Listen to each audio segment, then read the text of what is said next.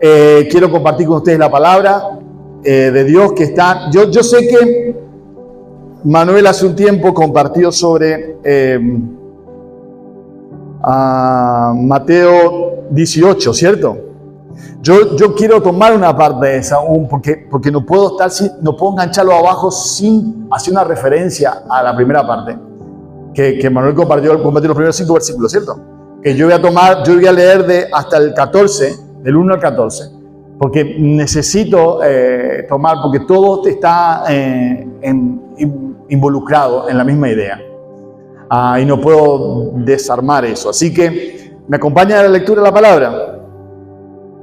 Seguramente hoy tomaré la primera parte, el domingo continuaré con esto. Pero antes de eso quiero dejar un versículo para los papás que me hizo pensar. Yo no lo había prestado atención y lo encontré sobre los padres. En el Proverbio 17, versículo 6.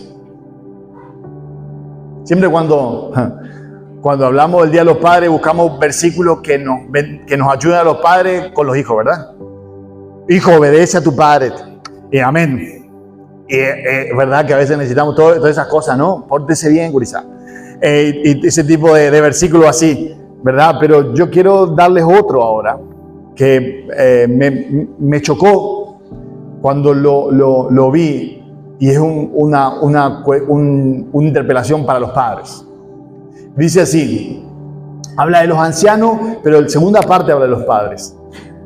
¿Encontraron? 17:6. Dice, corona de los ancianos son los nietos. Y es verdad.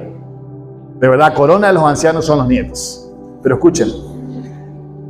Esta versión dice, y la gloria de los hijos son sus padres. Otras versiones traducen, y el orgullo de sus hijos son sus padres. Interesante, porque el concepto que generalmente tenemos en este mundo es que son nuestros hijos que tienen que enorgullecernos a nosotros los padres. A través de los logros, alcances que ellos hagan, o las cosas que consigan, nosotros nos ponemos orgullosos. Y eso es cierto. Pero en realidad el peso de eso no debería estar en nuestros hijos, sino que somos nosotros, los padres, sobre los cuales nuestros hijos deberían estar orgullosos de nosotros como padres. Y no orgullosos de nuestros logros en el mundo. Si somos exitosos en nuestro trabajo, o en nuestra carrera, o en las cosas que conseguimos. No, porque eso es circunstancial. Y puede pasar como no. Lo que el proverbio está tratando de decir es que nosotros como padres debemos ser una fuente realmente de orgullo y de reflejo para nuestros hijos. Que nuestros hijos cuando nos vean puedan decir, yo quiero ser íntegro como mi papá. Yo quiero ser amoroso como mi papá era con mi mamá. Yo quiero ser un padre como él fue para mí. Yo quiero poder darle los consejos que mi papá me dio a mí. Yo quiero manejarme en la vida como papá afrontaba cada circunstancia de su vida. Yo quiero amar a Dios de la misma forma que vi como mi papá amaba y servía a Dios cada día. Mi querido, a eso somos llamados. Y esa es nuestra responsabilidad, papás, no de nuestros hijos. Un lugar donde ellos puedan apoyarse y pisar. Un lugar donde ellos puedan recordar en los momentos de la vida donde tengan que tomar sus propias decisiones, donde su integridad, donde su futuro esté en juego. Y puedan recordar cómo era su padre.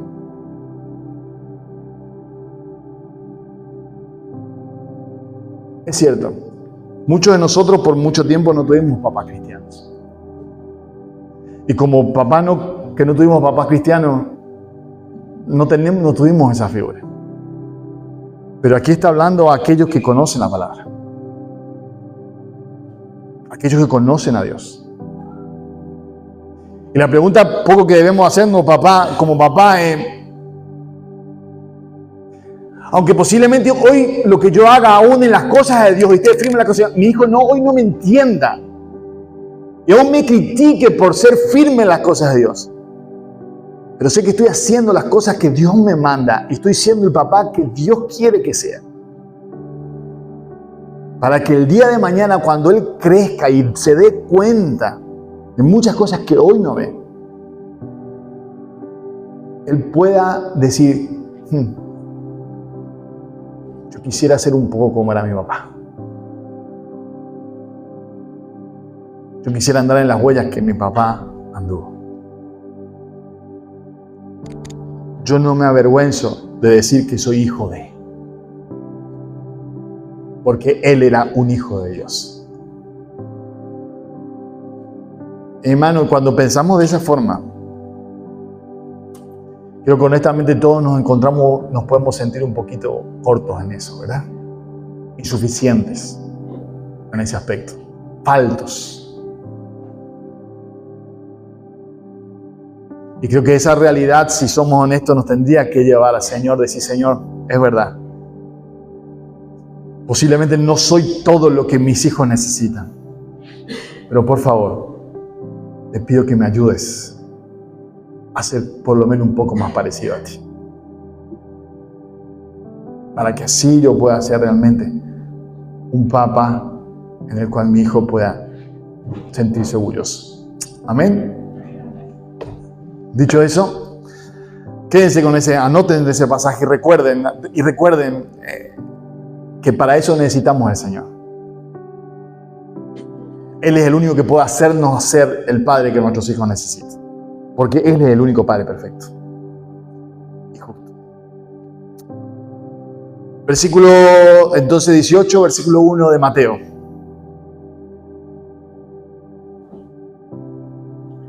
En aquel momento se acercaron los discípulos a Jesús diciendo, ¿quién es el mayor en el reino de los cielos? Él, llamando a un niño, lo puso en medio de ellos y dijo, en verdad les digo que si no se convierten o no volvéis, dice otras versiones, y se hacen como niños, no entrarán en el reino de los cielos. Así pues, cualquiera que se humille como este niño, ese es el mayor en el reino de los cielos. Y el que reciba a un niño como este, en mi nombre, a mí me recibe. Pero el que haga pecar a uno de estos pequeñitos que creen en mí, mejor le sería que le colgaran al cuello una piedra de molino de las que mueven un asno y que se ahogara en lo profundo del mar. Duro, ¿eh? ¡Ay del mundo por sus tropiezos! Por sus piedras de tropiezos, perdón. Porque es inevitable que vengan piedras de tropiezos, pero ay de aquel hombre por quien viene la piedra de tropiezo. Si tu mano o tu pie te hace pecar, córtalo y tíralo. Es mejor que entres en la vida manco o cojo, que teniendo 2 manos y 2 pies, ser echado en el fuego eterno. Y si tu ojo te hace pecar, arráncalo y tíralo. Es mejor que entres en la vida con un solo ojo, que teniendo 2 ojos, ser echado en el infierno del fuego. Estos 2 versículos, ustedes lo recuerdan. Ya Jesús ya lo dijo. Jesús lo dijo en el Sermón del Monte, en Mateo 5, 6. Pero ahora lo dice en otro contexto. Y tiene otro sentido. Complementa el sentido con el que dijo primero, que lo vamos a ver ahora. Miren, que no desprecien a uno de estos pequeñitos, porque les digo que sus ángeles en los cielos contemplan siempre el rostro de mi Padre que está en los cielos. Porque el Hijo del Hombre ha venido a salvar lo que se había perdido. ¿Qué os parece? Si un hombre tiene 100 ovejas y se descarría una de ellas, ¿no deja las 99 y va por los montes a buscar a la que se había descarriado? Y si acontece que la encuentra, de cierto os digo que se regocija más por aquella que por las 99 que no se descarriaron. Y así, No es la voluntad de vuestro Padre que está en los cielos que se pierda uno de estos pequeñitos. Amén. Señor, gracias por tu palabra preciosa. Gracias que tú nos amas tanto, que estuviste dispuesto, Señor, a salir a buscarnos, aquellas ovejas que éramos descarriadas, que estábamos lejos de tu redil, Señor, en nuestras propias rebeliones, y nos trajiste de vuelta al redil. Gracias, Señor, porque tú eres el que nos guardas. Gracias, Señor, porque tu misericordia y tu amor, Señor, es el que nos sostiene dentro de tu redil. Gracias, Señor, porque tú no dejas que nos vayamos de ti. Padre, te alabo y te bendigo. Y ahora, mi Dios, en esta hora te pido que podamos, a través del espejo que es tu palabra, poder ver nuestros corazones, Señor, y ver lo que hay en ellos. Y poder venir a tus pies. Encontrar en ti, Señor, el perdón, el renuevo y la paz que tanto necesitamos cada día. Bendice cada vida aquí, Señor. Tu presencia está en medio nuestro, porque así lo promete tu palabra. Señor, obra conforme al poder de tu evangelio y a la obra de tu Espíritu en medio nuestro. En el nombre de Jesús. Amén y amén. ¿Saben? Para mí todavía lo tengo fresco, pero claro, yo soy el que doy, entonces me es más fresco, pero por eso les recalco. Venimos ya del capítulo 16. Jesús ya empieza a entrar en la última etapa de su ministerio. Estas últimas semanas, meses de su ministerio, él está bajando ya en Galilea. Esto sucede en Capernaum. Ya está pronto a venirse para Judea y a Jerusalén para su crucifixión. Ya es lo último. Y Jesús viene ya declarando y enseñando verdades profundas sobre la iglesia. ¿Se recuerdan que hablamos sobre el fundamento de la iglesia, el propósito de la iglesia, a través de la declaración de Pedro, que dijo: tú eres el Cristo, el Hijo de Dios viviente? Y Jesús dice: bienaventurado eres Pedro. Y habla sobre la iglesia, que el Hades no va a prevalecer sobre ella. Y empieza a hablar cosas muy profundas, que hasta ese momento no había hablado. El propósito de la iglesia, el fundamento de la iglesia, cómo debemos ser los que estamos en la iglesia, qué significa ser un discípulo de Cristo, que hasta ese momento, y él es duro con eso, o por lo menos saca toda lo deja bien claro, diciendo: miren, el ser discípulo hay que negarse a uno mismo, tomar su cruz y seguirme.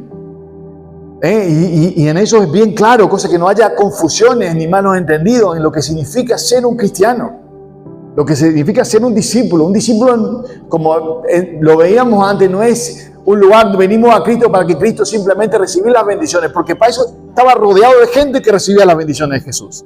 Había un montón de gente que participó de la multiplicación del pan, un montón de gente que fue liberada de demonios, un montón de gente que fue sanada, un montón de gente que recibió las bendiciones de Cristo. Pero de ese montón de gente eran muy pocos que eran verdaderos discípulos. Muy pocos. Y algunos que se creían discípulos, aún así no lo eran. Y Jesús empieza entonces a poner las cosas en claro, blanco sobre negro, para que no haya confusiones de qué significa ser un discípulo de Jesús. Y está en ese proceso enseñando de verdad todo esto, mostrándole. De golpe los lleva a algunos al monte de la gloria, a la transfiguración, y después lo hace bajar donde está el caos del mundo, con el muchacho endemoniado que lo habíamos visto, ese que quería ser asesinado siempre por el demonio y era tirado en el fuego y en el agua. ¿Recuerdan? Y que no podían expulsarlo. Entonces Jesús viene y lo hace. Creo que fue la última predicación que tuve con ustedes antes de irme. ¿Sí? Entonces Jesús está a la final de su ministerio. Y si no recuerdan, el versículo 23 del capítulo 17, Jesús empieza a hablarle, ya es la última vez que lo dice, por lo menos que relata Mateo, pero que empieza a hablarle claramente: miren, ellos pensaban que ya estaba declarado, él era el Mesías. Y ellos tenían la idea de que el Mesías era el rey que iba a restaurar a Israel. ¿Se acuerdan de eso que habíamos hablado? Y que iba a ser el reino de Israel respuesto a lo que era en la época de David y cosas así, ¿entienden? Porque era el descendiente de David, era el hijo de David, el Mesías. Y Jesús dice: miren, yo voy a padecer y voy a sufrir y voy a morir, me van a crucificar y voy a resucitar. Y ellos al principio no entendían, pero el versículo 23 del capítulo 17 nos va a decir claramente, dice, cuando Jesús les volvió a enseñar sobre esto otra vez, tratando de hacerle entender lo que venía, ellos, dice la Biblia, que ellos se sintieron muy tristes. Ellos pareciera, ok, están captando, están entendiendo, se viene difícil la prueba. Ellos quedaron tristes. Pero por lo que acabamos de leer recién, si prestamos atención, me parece que la tristeza no les duró mucho. Sino que automáticamente, no mucho tiempo después, no dice cuánto, pero es en ese proceso, es que ellos dicen lo que encontramos en el versículo 1. Y en aquel momento se acercaron los discípulos a Jesús diciendo, ¿y quién es el mayor en el reino de los cielos? Hace un tiempito estaban tristes y resulta que de golpe ahora se les fue la tristeza y ahora están preocupados. Ok, Señor, ya que viene tu reino, ¿quién manda? ¿De dónde viene esta pregunta de ellos? Claro, obviamente viene de su corazón y del orgullo del hombre siempre querer estar por encima de otro. O sea, que soy parte de esto, por lo menos, Señor, a ver un poquito, ¿quién es el mayor? Y si usted presta atención a todo lo último que leímos, es posible, no es muy fácil deducir de dónde viene la duda y un poquito, a ver un poquito cómo se va a ubicar. A ver, es como si fuera, a ver acá entre nosotros los 12, ¿cómo nos ubicamos el asunto? ¿Quién manda? Señor, si vos vas a morir. Ok, entonces, ¿quién queda mandando? ¿Quién es jefe? ¿Quién es mayor? Piensen que un rato antes, Pedro había caminado sobre las aguas. Piensen que a Pedro fue dirigido las palabras del Señor, tú eres Pedro. ¿Se acuerdan? Y sobre esta roca edificaré mi iglesia, que no hablaba sobre Pedro, que ya expliqué. Piensen que Pedro fue uno de los 3 escogidos junto a Jacobo y Juan para ir al monte de la transfiguración. Cuando los cobradores de impuestos vinieron a preguntar si Jesús pagaba ese impuesto del templo, que también lo predicamos, ¿a quién buscaron? ¿Con quién hablaron? Con Pedro. ¿Por qué? Porque daba la impresión que aún de afuera también se veía que Pedro era el jefecito. Y el resto veía eso. Entonces, había que definir el asunto. Y fue Pedro el que recibió la instrucción del Señor, andar a pescar y sacó la moneda. Y el Señor le pagó a Pedro y a él el impuesto. Y no a todos. Entonces ya la preocupación empezaba a ser, ya la tristeza quedó atrás, pero ahora hay que preocuparse por el futuro, ¿no? Hay que preocuparse por el futuro. A ver qué puesto, qué zona ubicamos cada uno de nosotros, a ver cómo se distribuye el asunto. Esa era posiblemente la preocupación. Pensaban que el nuevo reino de Israel estaba por comenzar y por tanto que era ya tiempo de designar a los que habían de ocupar los primeros puestos. En tales casos, cocodrilo que se durmió de cartera. En tales casos, el que se retrasa en maniobrar se queda sin cargo. Entonces mejor preguntemos, a ver cómo viene la mano, nos va a hacer que nos quedemos. Y esa era la cuestión. En lugar de preguntar cómo tendrían fuerzas y gracia para sufrir con el Señor, les interesaba saber quién ocuparía el puesto más elevado para reinar con el Señor. Qué terrible, ¿no? ¿Saben? No somos tan distintos como los discípulos. Solamente a veces necesitamos las oportunidades para que eso salga, surja en nuestro corazón. Lo he visto muchas veces. Y es una cosa que todos debemos cuidar de nuestro corazón. Es eso de querer sobresalir o tener un puesto importante donde sea. Pero justamente Jesús es el contramodelo de eso. Jesús es el Hijo de Dios que se despojó a sí mismo. El Rey de Reyes que se hizo un hombre. Que vino a esta tierra, que dejó toda su gloria para venir a ser uno igual que nosotros. Era contrario a ese pensamiento y a ese corazón. Y era lo que Él quería que sus discípulos sean de la misma forma que Él y que quiere que nosotros seamos, que tengamos un corazón mucho más sencillo y humilde. Y ahora Jesús se encontraba entre la disyuntiva, ¿y cómo les muestro lo que en realidad yo quiero, lo que ellos en realidad necesitan? Y en el grupo donde estaban, cuando se le preguntaron, se ve que había otra gente. Y en ese grupo también había niños. Entonces Jesús no se le ocurre otra cosa, versículo 2. Dice, Él, hablando de eso, llamando a un niño, le puso en medio de ellos y dijo, en verdad les digo que si no se convierten y se hacen como niños, no entrarán en el reino de los cielos. Jesús buscó la forma, como siempre, de enseñar a través de una figura. Y no se le ocurrió mejor forma que llamar a un niño y dar un ejemplo. ¿Saben? Aclaración al margen aquí. El ejemplo de un niño que Jesús está dando va a apuntar a ciertas características de un niño. Por las dudas digo, porque por ahí van a encontrar, por ejemplo, en Efesios, como Pablo da un ejemplo y dice, no seamos como niños, movidos por diferentes doctrinas y vientos, sino dando otro ejemplo, dando características que no son acordes a lo que Dios quiere. Pero en este caso Jesús estaba claramente enseñando de otro aspecto el carácter de un niño. Él, fíjense que esto me impresiona. Ustedes piensen, después de todo lo que Él enseñó, después de todo el ejemplo que Él dio, después de compartir casi 3 años con ellos, y después de abrirle su corazón y diciendo, voy a padecer, voy a sufrir, voy a morir por ustedes, entendiendo que los van a abandonar, después de todo eso, de toda esa circunstancia, todavía que ellos vengan a plantearle esta cosa, de quién es el mayor. ¿Saben?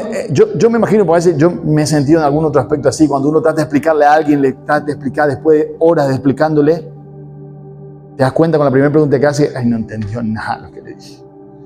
Nada, no le entró nada. No, estamos en la misma. A veces pasa, y pasa, a veces da 6 meses, ¿no? Enseñándole cosas, clarito, de golpe. La primera pregunta es, no entendió nada.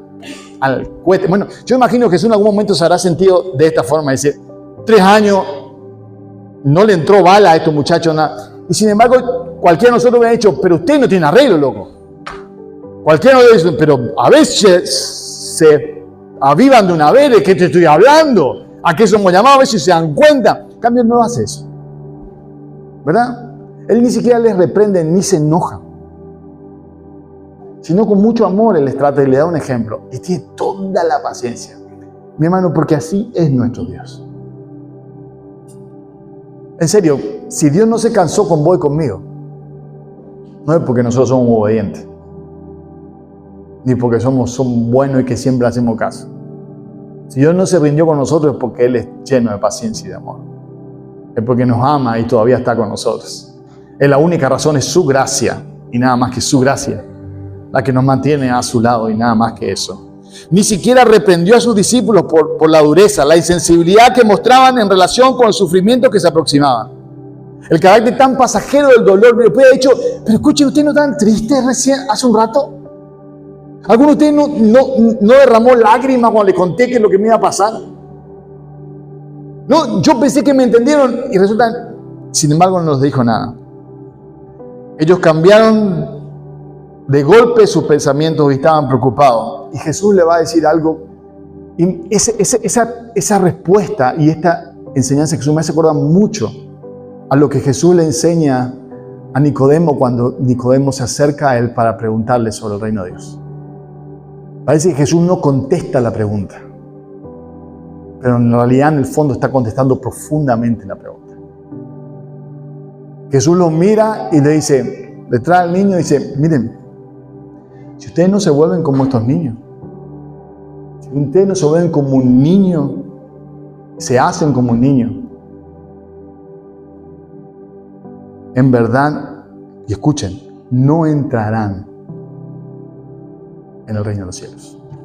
Ellos estaban planteando la situación, quién es mayor, dando por descontado que ellos eran parte del reino de los cielos.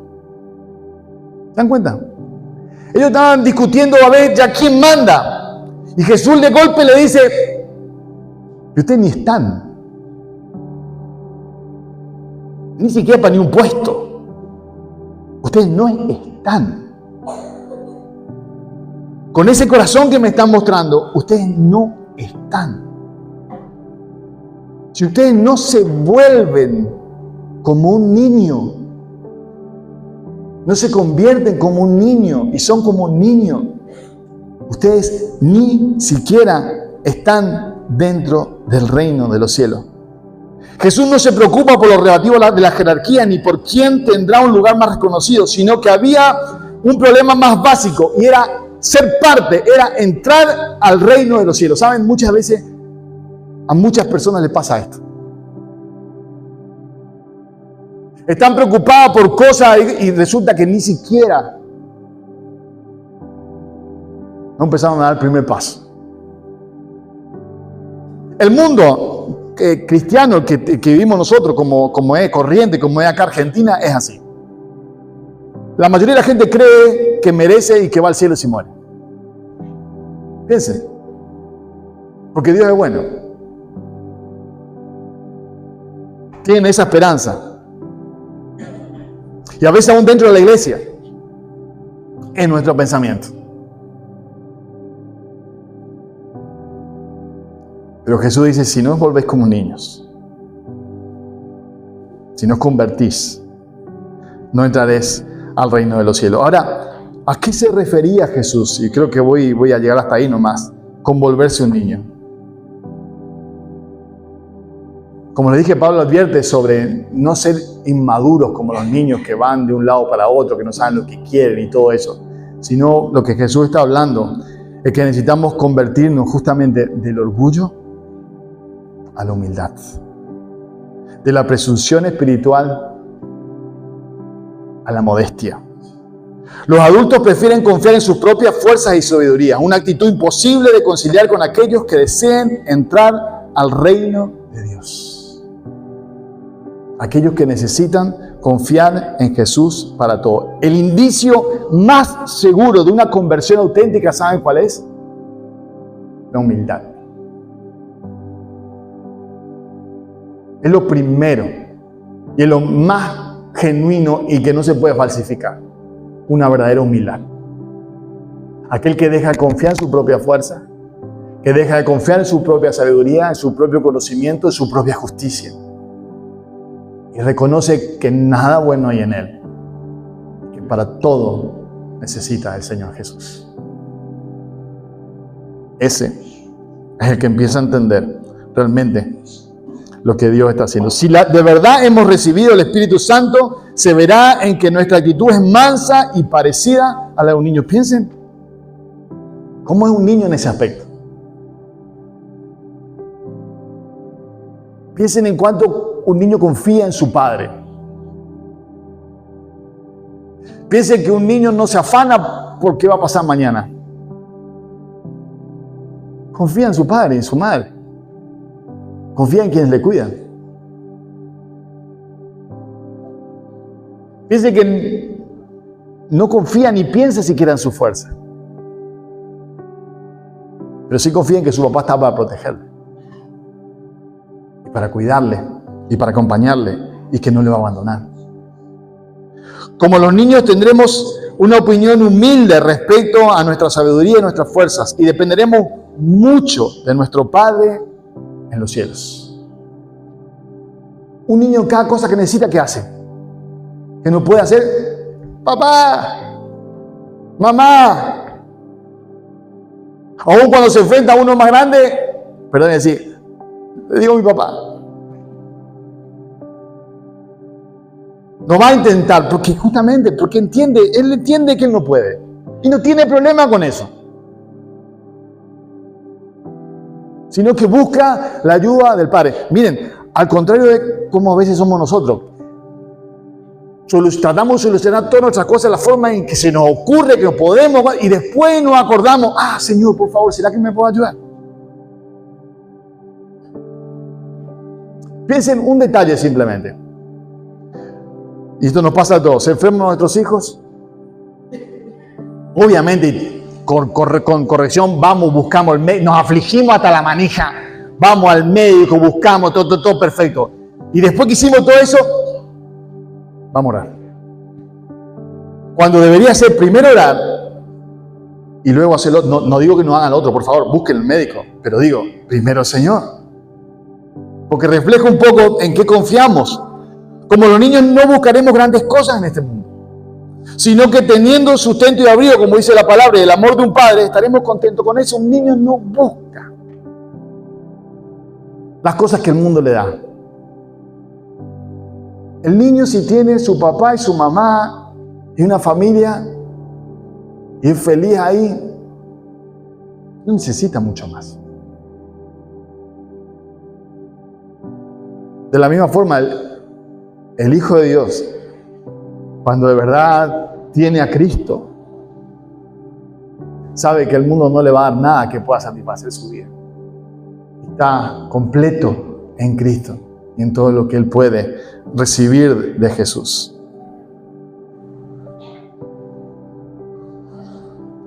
Lo que todos necesitamos es una conversión del orgullo a la humildad. De tener un alto concepto de nosotros mismos a tener uno más bajo. De pensar como el fariseo, en lugar de pasar de pensar como el fariseo a poner. ¿Se acuerdan del fariseo? Como Jesús enseñó, que se paró, se fue adelante del templo y dijo: Señor, te doy gracias que yo no soy como ese publicano, sino que yo soy bueno, yo hago esto, hago aquello, soy justo. Entonces, y el publicano allá atrás, a la puerta, ni siquiera se animaba a entrar, sino golpeaba su pecho y decía: Señor, sé propicio de mi pecador. Y Jesús dice: ese publicano fue justificado mucho antes, en su humildad, en su sencillez. Si somos niños, en el buen sentido, no estaremos afanados por nada, sino que estaremos dispuestos a depender de nuestro Padre Celestial. Miren, una de las señales más claras en el cuanto nos parecemos a ese niño que Jesús está dando el ejemplo, es en cuanto nos preocupan las cosas de este mundo. ¿Cuánto nos afanan? No hablo de afanar. Estoy hablando de cuánto nos preocupa y nos quita la paz las cosas que en este mundo suceden. ¿Cuánto? En serio, en tu corazón.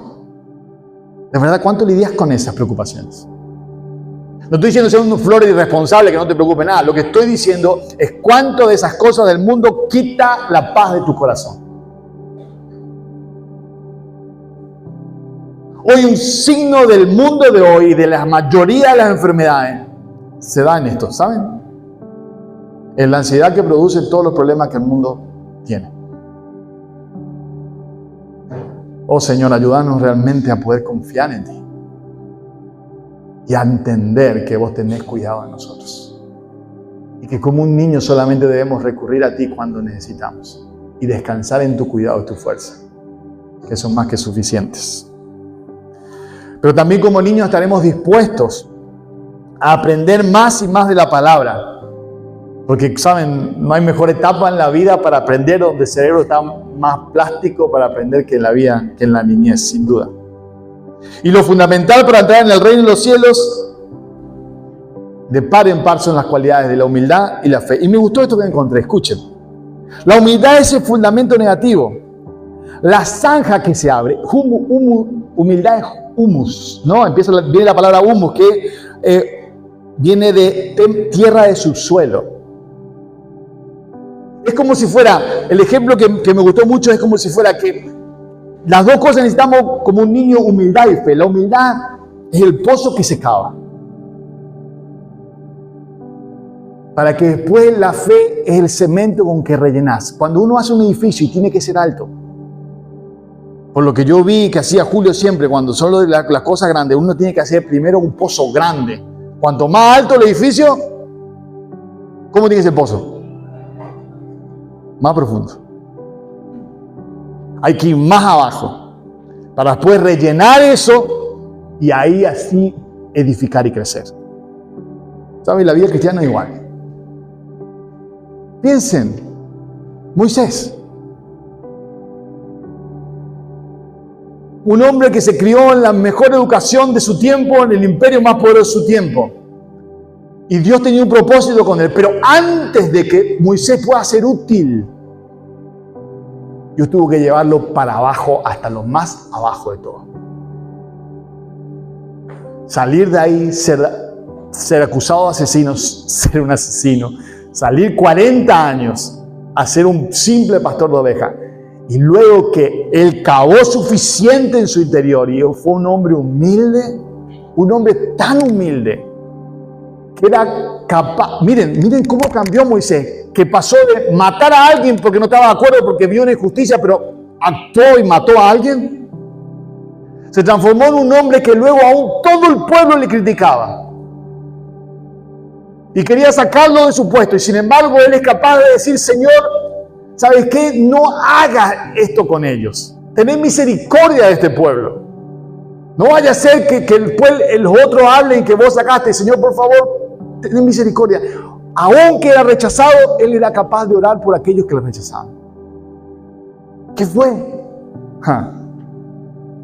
Cambió completamente a través del proceso de Dios de humildad. Miremos José, el hijo mimado de Jacob. ¿Saben? ¿Ustedes saben cómo un hijo mimado? No suele ser lo más humilde, ¿cierto? El hijo mimado, el que todo tiene, no, al contrario. Es más, cuando vemos la primera etapa de la vida de José, nos encontramos que José tenía esos sueños y contaba, y los hermanos le tenían un odio, ¿verdad? No destilaba humildad José tampoco. Pero sin embargo, Dios le llevó un proceso en su vida que pasó cárcel, pasó injusticia, pasó el desprecio de su familia, y ahí lo tenemos. Ahora, una vez que todo eso sucedió y que Dios estuvo con él todo ese proceso, bien hacia abajo, es que Dios lo empieza a levantar y lo hace el número 2 del imperio más importante de la tierra. Y con ese corazón es capaz de salvar la vida de aquellos que lo habían traicionado. Y así podemos dar ejemplo de Daniel y todos mis hermanos. De eso está hablando el Señor. Eso es lo que Dios quiere en tu vida y en mi vida. Que seamos un poco más parecidos a como un niño, humilde, sincero, que depende del Señor, que confía en Jesús, que confía en su cuidado, en su amor, en su gracia. Y termino acá. Me falta mucho, pero no importa, dejo para el domingo que viene. Jesús dice: si no os convertís como un niño, no entraréis en el reino de los cielos. ¿Saben? Los discípulos no podían hacer eso. Vos y yo tampoco podemos. No podemos convertirnos como ellos. Hay demasiado orgullo en nuestro corazón. Hay demasiado egocentrismo. Hay demasiada confianza en nosotros mismos. Pero sí podemos hacer nuestra la oración de Jeremías en 31:18, que dice: conviérteme y seré convertido, porque tú eres Jehová mi Dios. La conversión como un acto en que el hombre mismo participa solamente es posible cuando ha ocurrido un acto divino de hacer renacer Dios a una persona. ¿Sabe quién hace esa obra en nosotros? Dios mismo. Y quiero cerrar con una poesía que encontré y que me gustó mucho. No sé quién es, pero dice así: hazme, oh Señor, ser un niño otra vez, tan tierno y frágil y pequeño, que nada poseo en mí y todo lo poseo en ti. Oh Salvador, hazme pequeño una vez más, que hacia abajo pueda crecer, y restaura en mi corazón la fe que antaño supe tener. Que contigo sea crucificado, no sea ya yo quien vive. Oh Salvador, aplasta mi orgullo, mi pecado, por la gracia que perdón concede. Hazme, oh Señor, ser niño otra vez, obediente a tu llamado, que nada poseo en mí y todo lo poseo en ti.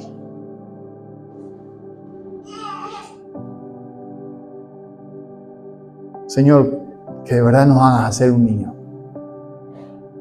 cada vez más parecido a un niño en todos estos aspectos. Hermanos, ¿puedes reconocer? ¿Saben? A fin de cuentas, cuando preparaba esto, tengo que reconocer, y no tengo problema de hacerlo delante de ustedes, reconozco que todavía hay mucho de orgullo, de falta de confianza en mi vida todavía. Muchas veces fallo en confiar en el Señor, en dejar todas las cosas en sus manos, en recurrir a Él con fe. Pero mi esperanza y mi confianza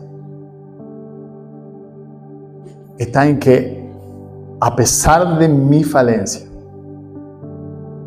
y de mi orgullo, el Señor está trabajando en mi vida. Y que yo tengo la certeza de que Él me ama. Y que así como sus discípulos, Él no se rindió y no los dejó. Y al contrario, a todos ellos los llevó hasta lo último y guardó sus vidas y su salvación, haciendo verdad la palabra que dice: de todo lo que me diste en la mano, no perdí ninguno de ellos. De la misma forma, el Señor va a guardar nuestras vidas. Pero lo que a mí me corresponde es poder decirle al Señor: Señor, dame un niño otra vez. Señor, quita de mí, Señor, todo orgullo. Quita de mí toda vanidad. Ayúdame a confiar en ti. Mi querido, si vos reconoces alguno todavía de estas características de un hombre que no es como un niño, yo te invito en esta noche que podamos juntos venir al Señor y hacer de esta poesía, o de lo que esta poesía dice, una oración. Y poder decirle al Señor: Señor, hazme un niño otra vez. Señor, cava lo que tengas que cavar profundo en mi vida. Y si seguramente en ese proceso de cavar, seguramente vas a encontrar un montón de escombros. De confianza en el mundo, de confianza en mí mismo, de confianza en los logros de este mundo, de un montón de cosas que obstruyen, Señor, lo que vos querés hacer en mi vida. Pero, Señor, sacalos, aunque sea de a uno, para que luego sí puedas rellenarlo, Señor, con esa fe que mueve montañas. Para poder hacer de mí y poder hacer de ti aquello que el Señor quiere hacer. Amén. Saben, yo quisiera orar. Hay mucho para decir y ahora Jesús va a hablar sobre lo que significa respecto a otras personas esto. Pero yo quiero animarte en esta noche a que con honestidad puedas decirle al Señor lo que hay en tu vida. Saben, Él está acá y Él quiere obrar en tu corazón. Si estás dispuesto a escucharle y estás dispuesto a rendirte a Él como un niño, estás dispuesto a ir a sus brazos y encontrar en Él el descanso, la paz y la fuerza para todo aquello que vos no podés hacer. Y aún aquellas cosas que viniste hoy con preocupación. Que en realidad el problema no son las cosas que no puedes solucionar. El problema es tu corazón, que no descansa en aquel que tiene el control de todo. Que en esta noche puedas encontrar en Cristo esa paz que solo en Él hay. Señor, gracias